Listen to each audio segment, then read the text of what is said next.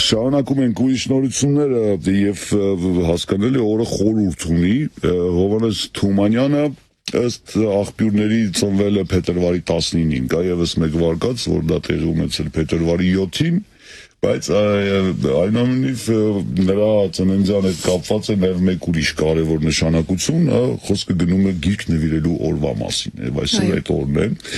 Մենք իհարկե չենք կարող որևիցե կերպ չարադառնալ այդ հաճելի փաստին եւ օրվա նշանակությանը եւ հյուր ունենք գրող արձակագիր Դավիթ Սամվելյանն է մեր հյուրը, բարև ձեզ։ Բարև, շատ հաճելի որ այստեղ եք։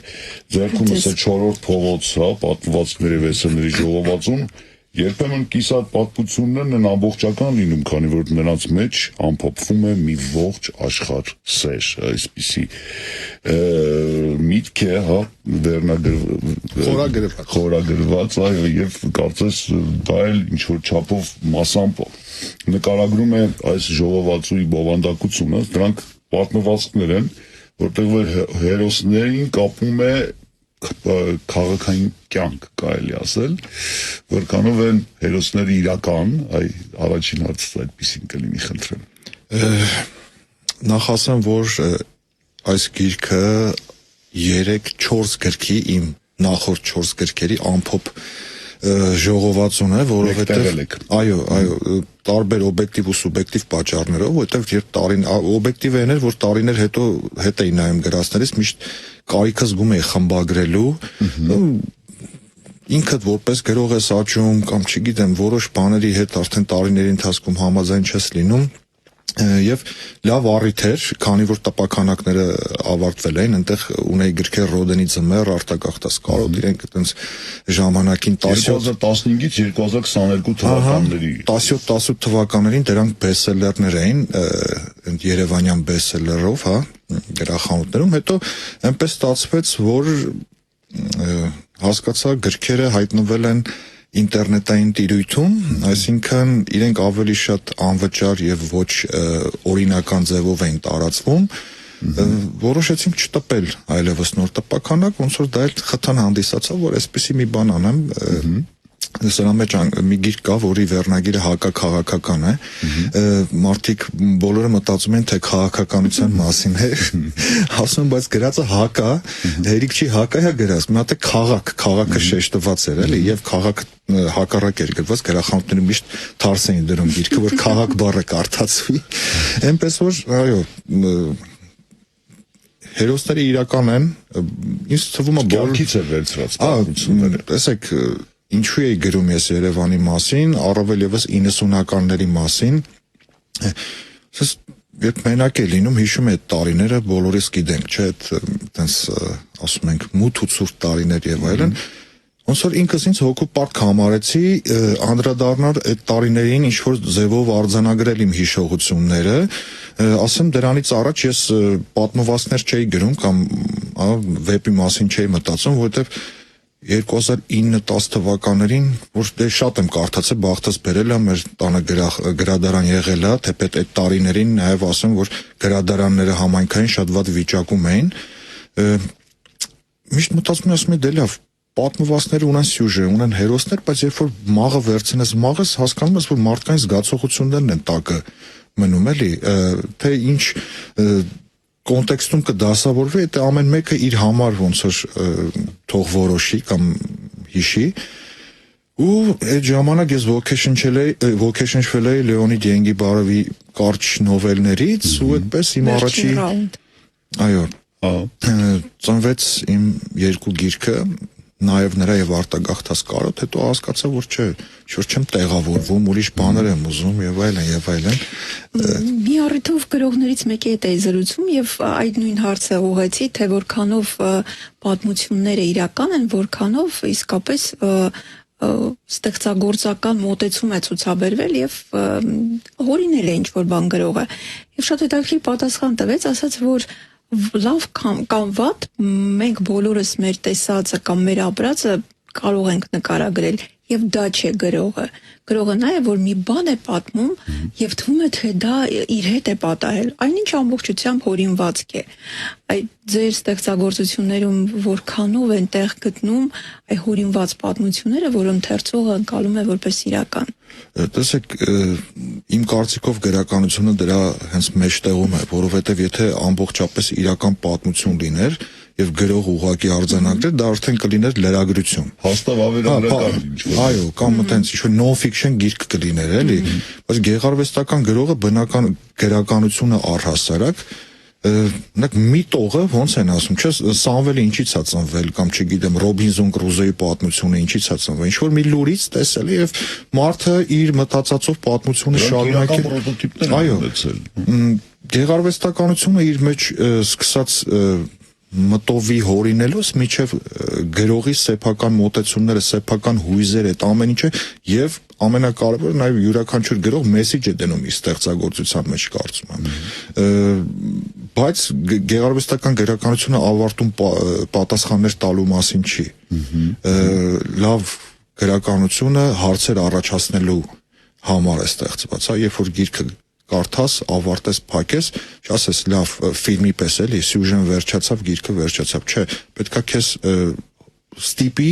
որ հարցեր տաս եւ փորձես քո կյանքը փոխել։ Կարծում եմ մեծ բաց թողում կլինի, հիմա եթե չհարցնենք, ինչ մեսիջ եք դնում դուք ձեր գրականության Ես շատ դեպքերում կիսատ եմ թողնում վերջաբանը կամ վերջաբանը գրում եմ սկզբում, այս գրքի պարագայում էլ է այդպես, ի սկզբան էր վերջը, այդպես է առաջի պատմվածքը։ Երեք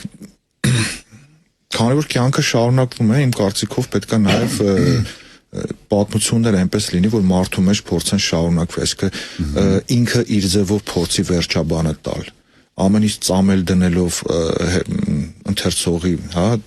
դիմացը այդպես պետքա չլինի։ Դե կամ բնականաբար ավարտում են ակին ժամանակին մեղադրում էին ճակերտավոր, որ ես իմ հերոսներին բոլորին սպանում եմ։ Ես կամ մահանում եմ վերջում։ Բայց ասում թե կյանքն է, կյանքում էլ այդ ամեն ինչը կա, չէ։ Դե հա, իհարկե։ Դավիթ, մենք գրեթե հասակակիցներ ենք եւ մեր սերունդը իսկապես տարբեր փորձություններով անցավ, այդ մենակ բան չենք տեսել մենք այլմոլորակային, հա, եւ դա էլ է իմիջիալոց քննարկման առարկա, որովհետեւ այսօր մի քանի, ասենք, բուկմեկերական հարթակներ արդեն 75-80% հավանականությամբ արդեն նաև խաղադրույքներ են ընդունում, պատկերացրեք, որ Դոնալդ Թրամփը մինչև 2027 թվականը կներկայացնի փաստեր մարդկանց եւ այլմոլորական քաղաքակրթության, ասենք, հանդիպումների եւ հարաբերությունների վերաբերյալ։ Երևի Կուրտ Վոնեգուտ են կարդացել։ Հա, միջանոց լավ հեղինակ է։ Կուրտ Վոնեգուտին ես որպես, ասենք, չգիտեմ, գրող մարդ շատ եմ հավանում եւ իսկապես, հա, նրա գրականությունը ինձ միշտ դուր է եկել։ Տեսեք, Դավիթ, ես շատ լավ հիշում եմ, որ այդ անլույս տարիներին տեսեք ինչքան գրքեր այրվեցին վառարաններում։ Իհարկե, առաջին հարվածը Լենիններ։ Չէ, հա, Լենինի եւ Մարքսի աշխատությունները հաստափոր հատորյակները գնում էին վառարան, ես աչքովս եմ տեսել եմ ինչպես էին մարդիկ տան ունեցվածքը վաճառում, կոպեկներով բարիբուն իմաստով վաճառում էին թանկարժեք, ասենք, գրականություն, այն ժամանակվա, ասենք, լավ որակով թողարկված, հա, գրքերը, հանրագիտարանները։ Եվ միշտ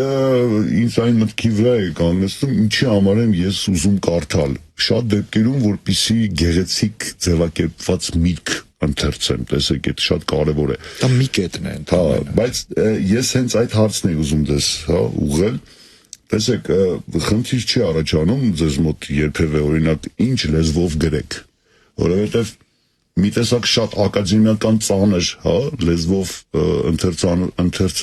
ընթերցելը բարդ ջուրին գործ չէ։ Միանշանակ Եվ շատ թեթևացնելն էլ լրիվ ուրիշ էֆեկտ է տալիս, դա էլ իհարկե թեթև շատ դյուրամարս է դարձնում, հա, ընթերցանությունը, բայց միևնույն ժամանակ չի լուծում գլխավոր խնդիրներից մեկը գրականության։ Առաջին հերթին կարծում եմ, որ կախված է թե ինչ ես գրում, ինչի մասին ես գրում։ Օրինակ այստեղ ես մի հերոս ունեմ, Աբուլա կոչվում, ինքը դա սովորական 90-ականների մեր լեզու ասած քուչի տղա է, հա։ Հա, իրոք դեռ այդ գործերի վրա էր, ասենք շատ ծիծաղելի կներ, երբ ես նրա դիալոգները sense շատ գրական, ճիշտ շարադասությամբ էրով ավարտը եւ չգիտեմ ինչ մտքեր դնե, հա, իրենց այտենց նման մարդկանց կյանքի ճշմարտությունները ուրիշ ձև են ծնվում, ուրիշ խոսակցությունների ընթացքում, բայց դրան զուգահեռ այո կա մարդ, որը երբ որ նայում ես հերոսի հետագիծը, բնականաբար ինքնից լուրջ, հա, ավարտած եւ այլն մարդ է, պետք է իրական լինի այդ ամենը, կեղծ չլինի։ Մենք 17-րդ, 18-րդ դարում չենք ապրում կամ լավ 19-րդ դարում, որ վիկտորիանական շրջանի, հա, տենց ինչ-որ լեզվով գրենք, գրափարյան ձևակերպումներ տանք, ասենք 21-րդ դարի մարդկանց, այդ ամենը գրողը պետք է հաշվի առնել, դրա համար այդքան էլ հեշտ չի գրելը։ Միևնույն ժամանակ պիտի ընդունենք, որ գրականությունն է պահապաններից մեկը, չէ՞, լեզվամտածողությունը։ Այո, բայց նաև գրականությունը լեզուն զարգացնող մեթոդ է։ Այո։ Դինամիկ փոփոխվող սկսած նրանից, որ թարգմանությունների միջոցով կարող են լեզվի մեջ տարբեր, հա, նոր բառեր, նաև մտածողություն մտնի, այդպես էլ գրողները, այո, այսօր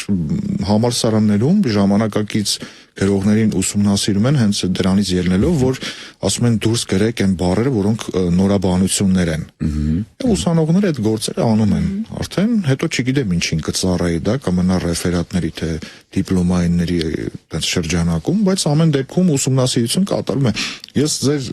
հարցի ենթատեքստը հասկանում եմ, որովհետև այո շատ են մեղադրանքները ժամանակակից գրողներին, որ դեսին ժարգոնով են իբր գրում, բայց հավատացեք բոլորը չեն այդպես մեկ, երկրորդ իմ շեշտած պահն է, թե ինչի մասին ես գրում, բայց ես կողմնակից եմ, այո, որ հեղինակի խոսքը գոնե հնարավորինս կոռեկտ եւ ճիշտ հայերենի սահմանում լինի, բայց ինչ վերաբերում է պատմություններին եւ հերոսներին չես կարող էլի կեղծել։ Դավիթ, դուք ունեք նաեւ աստվածաբանական կրթություն։ Այսօրվա իրականության համատեքստում ինչ եք կարծում կրոնական գրականությունը, ընդհանրապես եկեղեցական գրականությունը, որքանով կարևոր է ժամանակակից երիտասարդության դաստիարակության, կրթության եւ արդյոք դուք այս կրթությունը, որ ստացել եք, կարծում եմ սխալված չեմ լինի, եթե ասեմ քիչ գրողներ ունեն նման կրթություն, ընդհանրապես ձեր գրականության մեջ կիրառում եք։ Ի սկզբանե հենց դա մեծ ազդեցություն է ունեցել նախ իմ վրա, որ ավելի շատ ես խորանում, հա, էգզիստենցիալ հարցերի մեջ, ամեն դեպքում վերևի ներքևի հարաբերությունների մեջ, ես անգամ պատմվածքներ ունեմ, իհարկե շատերին դուր չի եկել, բայց ինձ ժիզնի պատմվածքներ են, այսպես ասած։ Ինչ կարծում ինչու դուր չեն եկել։ Չգիտեմ, նայած մարդիկ ինչ են ուզում կարդան, ոչ թե այդ թեմայի մասին է, այլև փորձել եմ սովորական հերոսների միջոցով որոշակի իմացություններ փոխանցել։ Ամենապրիմիտիվ բանը ասեմ, մարդիկ ժամանակին ամեն դեպքում խոսում էին, որ դե եկեղեցում խաչը, որ համբուրում ես հակահիգենիկ է, ոնց կարող են 30-40 հոգի առնվազն, հետո բայց բաց ճշմարտություն կա, օրինակ որ այդ խաչերը, ձեռած խաչերը արծաթից են եւ իրենց վրա վիրուսը չեն կերում։ Հենց խաղարկում է թեմաները, որ փոքրինչ գոնե իմացություն տան մարդկանց, ինչ մտայնությունից ելնելով, որովհետեւ մարդու կրոնական զգացողությունները ոնց որ մնացած կյանքի մասերը շատ կարեւոր են անհատի ձևավորման մեջ։ Կարող է մարդը ունենում է կրոնական զգացողություններ, վերջում հասցնում է, չգիտեմ, անհավատության կարող է իրեն հասցնել, բայց դա կապ չունի, բայց պետք է իմանաս, որովհետև իմացությունը ամենամեծ զենքն է պաշտպանվելու համար, չգիտեմ, խայծերը չուտելու համար, սկսած հոգեվորսությունից եւ այլն, դա լրիվ ուրիշ թեմա է, բայց երկու հարթության վրա էլ ազդել է եւ իմ մտածողության ձևակերպումների վրա, որովհետեւ շատ դեպքերում ես մարդկանց թվում էր թե բանաստեղծական արձակ եմ գրում, բայց այդտեղ ռիթմիկան ուրիշ կրոնական ստեղծագործություններից է վերցված։ Հետո նաև ինքը այո, կոնտեքստը իմ համար նաև այդ թևավոր խոսքերի, ասենց ասած, օգտագործումը կան, ես այդտեղ բանաստեղծական շարք ունեմ, օրինակ կոչվում է լեռան տակի քարոզը։ Դե լեռան քարոզը բոլորս է գիտենք, բայց ինչի լեռան տակի քարոզը, որովհետև լեռան քարոզ կարող է կարդալ մենակ Քրիստոս, ասենք, ես որպես մարդ լավագույն դեպքում կարող եմ լեռան տակը լինել, ստորոտում այսպես ասած, այդպես են ունայնություն ալեգորիա երբեք չի հանդիպել, մի բանաստեղծություն էի գրել, որ որոշ ֆանատիկներ օրինակ ուզում էին որ ձեռները ճար լիներ կարող է վառեին ինձ խարույկ անեն քանի որ ուսումնասիրում ես օրինակ Աստվածաշնչի մեջ բոլոր կարելի ասել գրական ժանրերը օգտագործված են օրինակ երկերկոցը ֆանտաստիկ պոեզիա է ինքը արձակ պոեզիա է նամակագրական ժանրը կա պատմական ժանրը կա չգիտեմ ամեն ինչ առակագրական ժանրը կա հա եւ ես այդպես օրինակ 15-16 հեղինակներ են գրել վերջը Աստվածաշունչը ժողովածու է աշխատությունների բայց կարող էր մեկ ժանրում լինել տարբեր հեղինակներ կարող լինեն որտեղ ինքը այն ժամանակահատվածն է ընդգրկում այն ինչ որ ուզել են ասել հա Աստվածաշնչի միջոցով տարբեր են այսինքն մարդկային բոլոր իր ներսից միջև դուրս շերտերին անդրադառնում է եւ իմ համար լավագույն ռիթմիկաներից մեկը օրինակ հայրմերն է դուք փորձեք ձեր ներսում որ հայրմերը ասեք կզգաք ինչ որ ռիթմի մեջ եք ընկնում եւ ես այդ ռիթմը օգտագործեցի գրեցի սերին որ գրկումս ես թողնուր պլինի քո հպումը հետո մարդիկ կոչեցին սերունական աղոթք դա իթափերություն տերունական աղոթքի այդպես ոմանց մոտ շատ սիրվեց մարդիկ եկային ես ինչ է կարե առանց իմացության որ դու ռիթմիկան ես վերցրել ես մեղավոր չեմ որ դու կարդում ես նույն ռիթմով ես կարդում էլի այդպես այսինքն գրող լինելը նաև ինչ որ իրենից համարձակություն է ենթադրում դու չես կարող գրել միայն այն բաների մասին որ ինչ որ հատվածի հետաքրքրում է այդ ազատությունը պետքա ունենաս իհարկե ինչ որ չափի մեջ յուրաքանչյուրն իր չափն է դնում թե թեմայի ընտրության առումով թե չգիտեմ գրելու ոճի առումով բայց ամեն դեպքում ներքին ազատություն պետքա ունենաս չվախենաս որ կարող է չընդունվի թող չընդունվի շատ գրողներ որ պատմության ընթացքում նայում ես չեն ընդունվել իրանց ժամանակում իրանց ասածը չգիտեմ ուրիշ հարթության վրա է եղել մարդկանց շատերի ուղեղը չի հասել չգիտեմ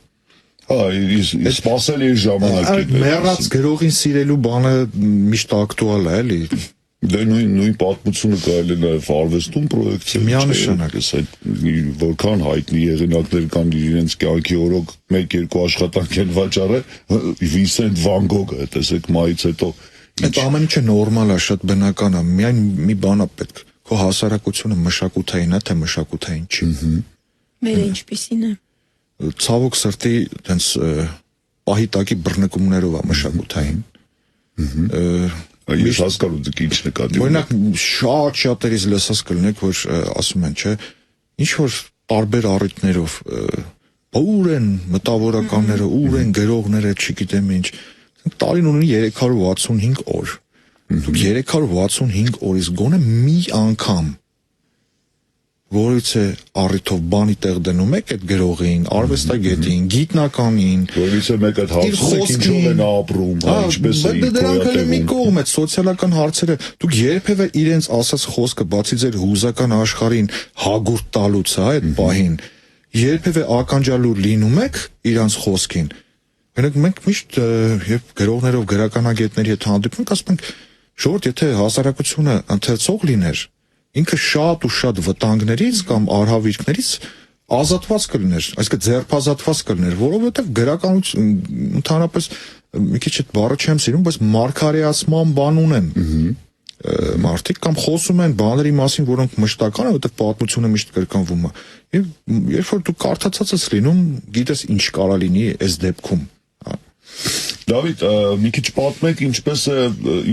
ինչ է քննարկում հավաքներին, եթե կարելի է, եթե դա փակ ինֆորմացիա չէ, օրինակ երբ որ միության անդամներով, հա, գրողների հավաքվում եք, ինչ առիթներով եք հավաքվում, ինչ խնդիրներ են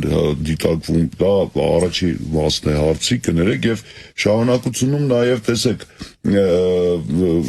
ինչպես եք տեսնում ապագան, հա, ասիկի շարունակելու եք թե թևաթափ եք եղել եք գրականությունից, ներողություն գրագողությունից նկատի ունեք, տեսեք այդքան գործ եք անում, մեկ էլ ինտերնետում անվճար տեղադրում են, միանգամից վաճառքներ են գնում են, բնականաբար դա զգալիորեն հարվածում է, ասենք, ակնկալվող, հա, եկամտին եւ այլն, դա ձեզ չի խանգարում, այսպես մշուշոտ տեսնել ապագան, հա, թե հակառակը էլ ավելի է, ասենք, կարծես, հա, խթանում ձեր ստեղծագործելու ցանկությունը, մի քիչ կպատմեք այդ ձեր ներքի զգացողությունների մասին։ Որ առաջի հարցը սկսենք, ոչ թե իմ կարծիքով, այլ վստահաբար այն մթնոլորտը, որ մարդիկ պատկերացնում են բոհեմ, վերնատուն, չգիտեմ ինչ, դա չկա, չէ, այս տարում մի քիչ ավելի ոչ թե դժվար է դարձել, այլ ինչ որ մարդիկ են, չէ, իրարից հեռացել են ինչ որ առումով, ու որպես այդպեսին դες մեծ լայն քննարկումներ չկան։ Օրինակ ժամանակին մամուլի միջոցով կլիներ տարբեր գրական հանդեսների միջոցով, երբ որ ինչ որ մեկի Կոնե քիչ թե շատ հայտնի մեկը գիրքը լույս էր տեսնում, սկսում են քննարկումները, կարող է ասես սուր քննադատություն լիներ, բայց դա գրական շրջանակում, թերթերի առաջին էջերում։ Այո, բայց այսօր չկա դա, միանշանակ եմ ասում։ Քանակից է, որ շատ մաչելի է դարձել նաև գիրք տպելը։ Եվ շատ է, ով ուզում է, թե ով ունի ֆինանս, Այս ժամանակը բայց ով ասում, որ քիչ հեղինակներ են տպվել։ Որ կոլեկտոր բան, տենց հասկացողություններ կային, կամ մտնեի գրախանութներ, այնքան գրողներ են եղել, գրքեր են ունեցել, բայց ոչ ոքի անունը չկա։ Այդ մենք գիտենք, որ ով դասագիր կա մտել, ով մի քիչ սիրվել է, ով պետական աջակցություն է ունեցել տարբեր տեսակի, որ անունը մնացել է պատմության մեջ, այդպես գիտենք իրանց, էլի։ Բայց գրողները շատ են եղել։ Այն ժամանակ էլ PR-ը կիրառվել, հա, այսօրվա գրական դաշտը մի քիչ ուրիշ է։ Այսօր ինչպես ամբողջ աշխարհում գոյություն ունեն հրատարակչություններ, որոնք պետական չեն, եւ յուրաքանչյուր հրատարակչություն փորձում է այն գրքերը, որ ինքը հրատարակում է, կամ այն հեղինակներին, որոնց ինքը հրատարակում է, ինչ որ չափով առաջ տանի, որովհետեւ բնական է, երբ որ դու ներդրում ես անում ինչ որ բանի կամ ինչ որ մեկի վրա, փորձում ես գոնե այդ ներդրումը տանես։ Հայաստանում այսօր միջին թիվը, հա, որ գիրք են տպում, տպականակի միջինն եմ ասում 700 լավագույն դեպքում օրինակ է։ Եթե 700 օրինակը մեկ տարվա ընթացքում, մեկ տարվա կտրվածքով սպառվում է, դու հերոս ես։ Բնականաբար կան հեղինակներ, որոնք ասեն կարող է 1000 օրինակ գիրք 2000, հա, բայց դա բացառություններ են, 10 մատի վրա կարելի է հաշվել։ Այնպես որ ուղղակի անձնական հարաբերությունների վրա են մնացել այդ ձեր ասած շփումները, ինչ են քննարկում, ինչ չեն անում։ Շատերը փորձում են չկիսվել իրենց անգամ, հա, պլաններով, հետո յուրաքանչյուր մեկ այսօր այնքան քիչ ժամանակ է մնացել ստեղծագործելու համար։ Ես բացառիկ գրողներ գիտեմ, որոնք ապրում են բացի այն, որ իրենց գրքերի վաճառքով ստացված եկամուտներից, այլև առհասարակ, որ ասես ամբողջ օր իրեն գրական կյանքով են ապրում։ Այսօր կյանքը այնպես է դարձել, որ մարդիկ մի քանի աշխատանք են անում, հա, որ կարողանան նորմալ բարեկեցիկ ապրեն ու գրականության հատկացվող ժամանակը ինչ որ առումով նաև կյանքից այդ առօրյայից գողացված ժամանակ է լինում։ Եվ գրողի համար այդ ժամանակը ինքը իր հետ առերեսվելու մտքերը չգիտեմ, իմի բերելու համար, բայց նաև դրական կողմն է կա, որովհետև լավ գրականությունը կյանքից է սկսում։ Ես միշտ ասում եմ, եթե դու չկարողանաս լավ ապրել, լավ ոչ թե բան բարեկեցիկ, այլ կյանքը ապրես էլ իրեն լավով, վատով, ընկնելով, հելնելով, տեսնելով, չգիտեմ, տարբեր միջավայրերում լինելով, դու չես կարող ստեղծել ենթադրությունների վրա գրականություն։ Դրա համար կան այսօր շատ լավ գրողներ, որոնք մեր այսօրվա ընթերցողին կարող են կյանքը ցույց տալ, այն կյանքը, որ ինքը ապրում է ուրիշ տեսանկյունից։ Դավիթ, իսկ որքանով է հեղինակը կախյալ, ասենք վաճառքներից, տեսեք, ոչ թե հեղինակության առումով, իսկ հեղինակություն վայելելու, պոպուլար դառնալու, այլ հենց հոնորարի տեսակետից։ Մի խոսքով գրքերի վաճառքը ինչ որ ձևով ապրուստի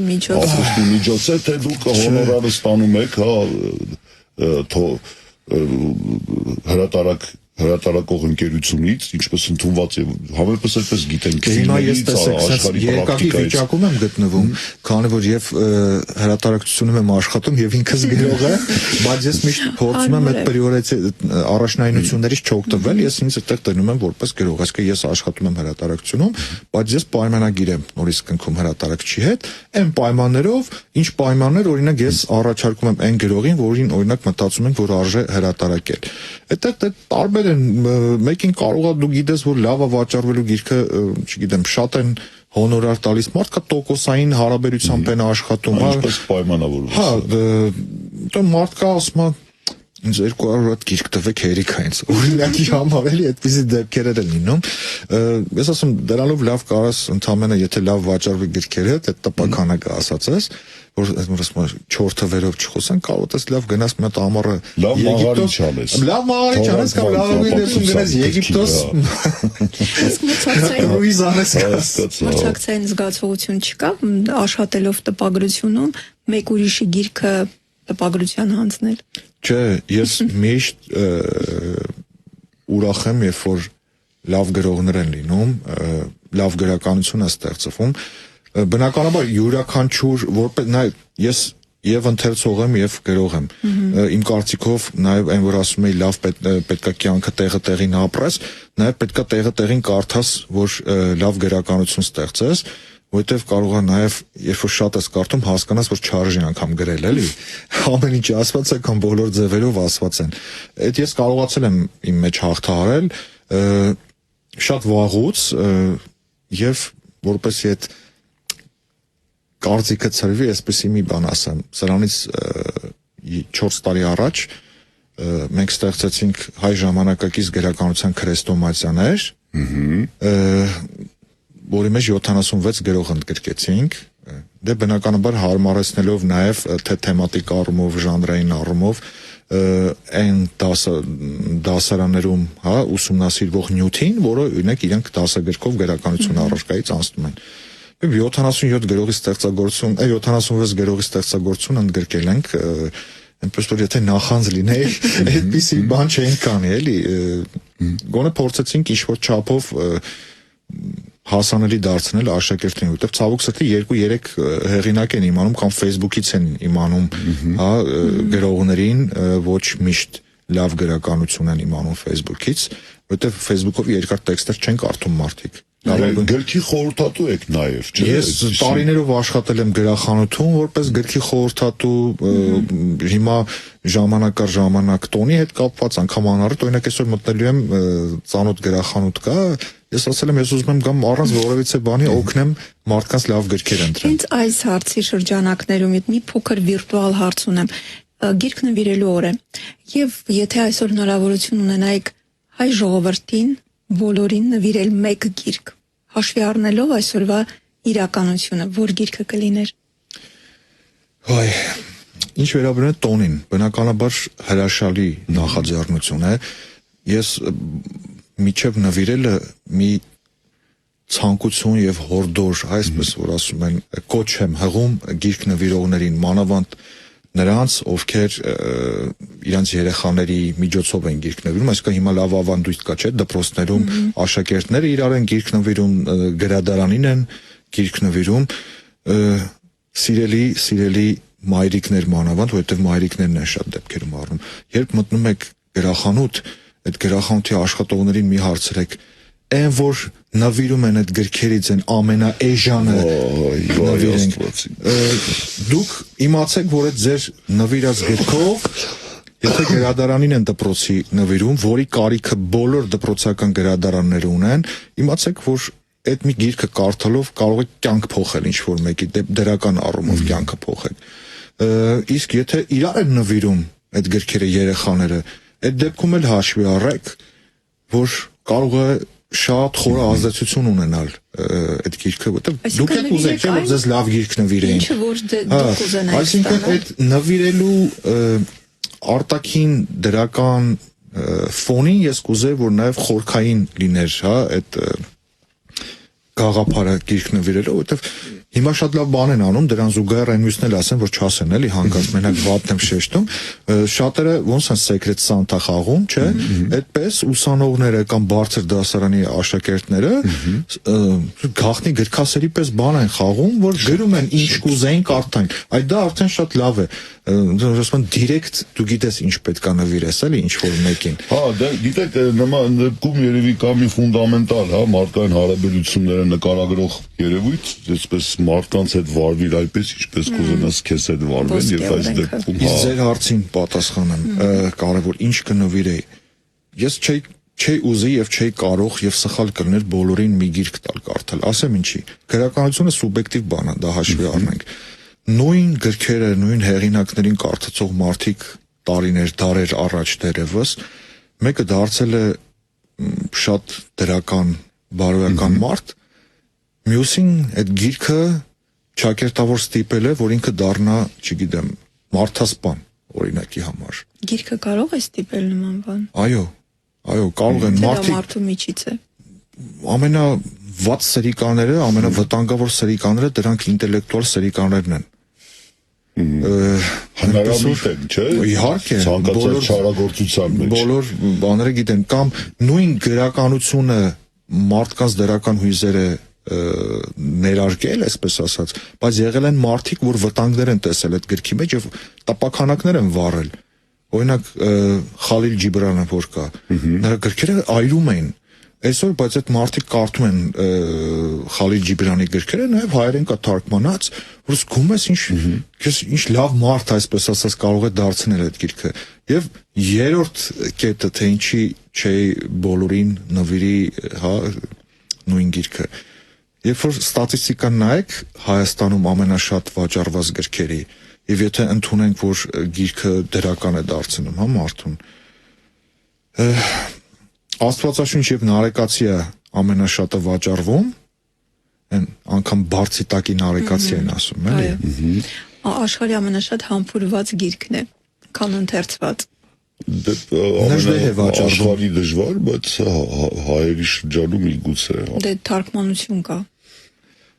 Երրորդ, եթե Աստվածաշունչ Նարեկացի, երրորդ ամենաշատը վաճառվում է Նժդեհ։ Հետո փոքրիկ իշխան, բան, ու եթե գրքերը դրական ազդեցություն ունենային, Դավիթ, շարքի ժամանակ ունենք, բայց անպայման կուզենամ հարցնել, օրինակ ձեր տեղեկությունների ելնելով, հա, կա Հայաստանում գոնե մեկ հեղինակ, ում